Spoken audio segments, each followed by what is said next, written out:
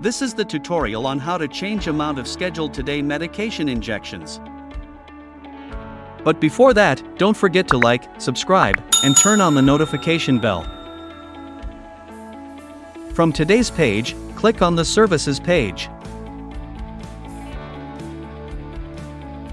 In the Services page, we can view the scheduled services for the day. To change the injection amount scheduled, click on the pencil icon.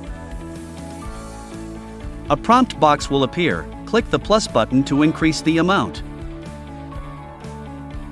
Type in the reason for changing the amount.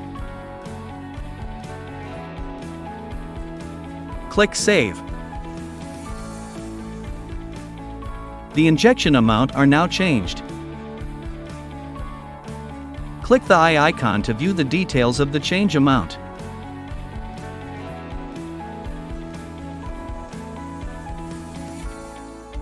Here are some video suggestions that you can also watch.